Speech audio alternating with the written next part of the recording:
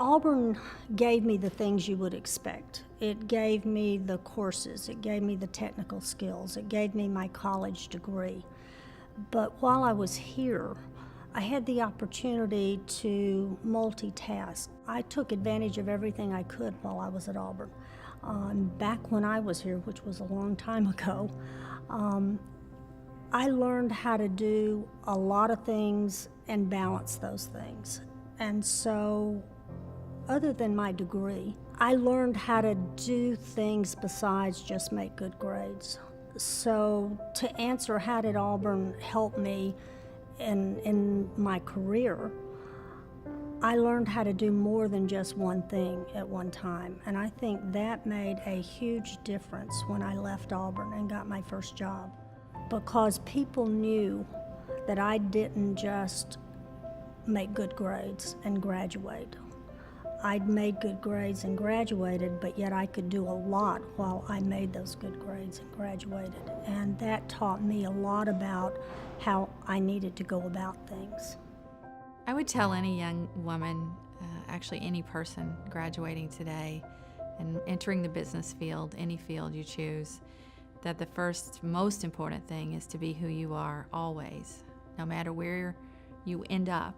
I ended up working right now on Park Avenue, but I grew up on Route 1, Enterprise, Alabama, and I never, ever forget that that's where I came from. And I know I have to be a certain type of person to compete at a certain level, but in my heart and my soul, I am the same girl that grew up in the country in Alabama. And that advice I would give anyone. And I'd also say, especially to young women, if you stay true to who you are, you don't have to be like a man, you don't have to act like a man, you don't have to dress like a man, you don't have to do things the same way a man would do them. Your special gift to the world is that you're a woman and that you're different.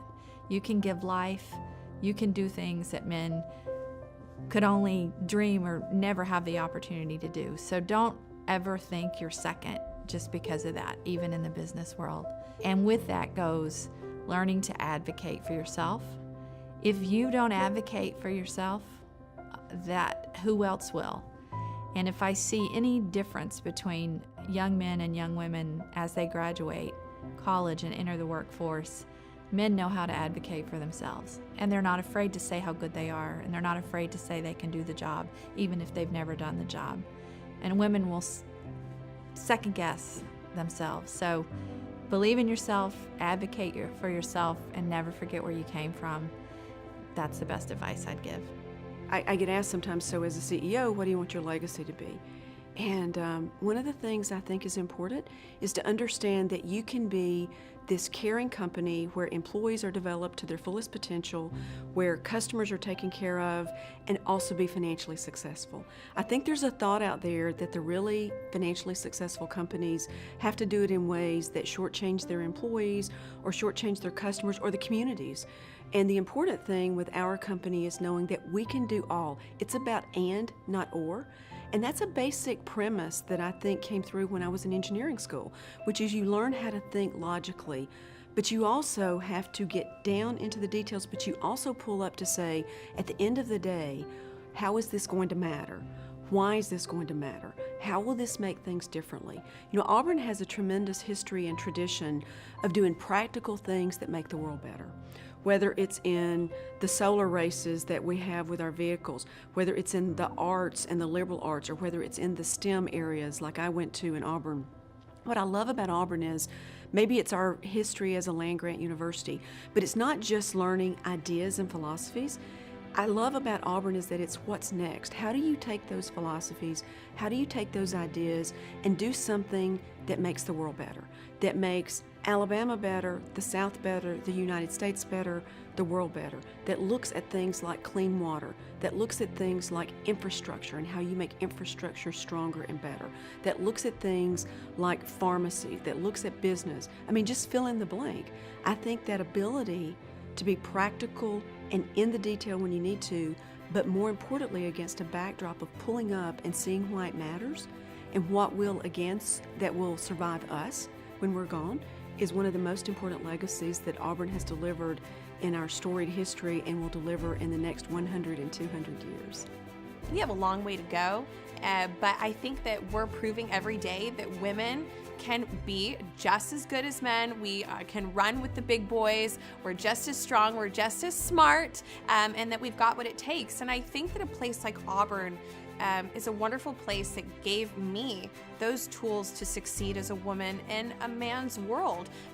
Giving me a voice to be a strong woman, giving me all those opportunities. There wasn't one thing at Auburn University, any club, any organization, any time I was ever told no. And there were a lot of men that helped guide and foster my career.